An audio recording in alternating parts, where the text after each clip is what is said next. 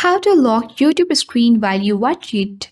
Hey everyone, this is Rose and I'm here to guide you how to lock YouTube screen while you watch it. Watch the video till the end and without any further ado, let's dive right into the video. First of all, launch your YouTube application on your device. On the home screen, you need to scroll down and select the particular video that you want to watch and lock the YouTube screen.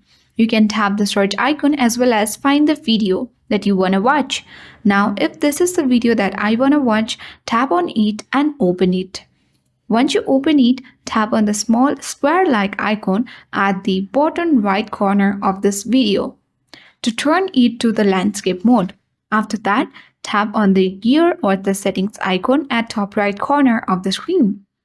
A menu box appears on the screen. Here you will see the option of lock screen. Tap lock screen button and your screen has been locked. To unlock, tap unlock button and the screen has been unlocked. So that was quite simple. That's all for today. That is how we lock YouTube screen while we watch it. So hope this video helped you. If you are new to our channel, hit the like button, subscribe for more tech and tips videos. Thank you for watching and see you in the next video.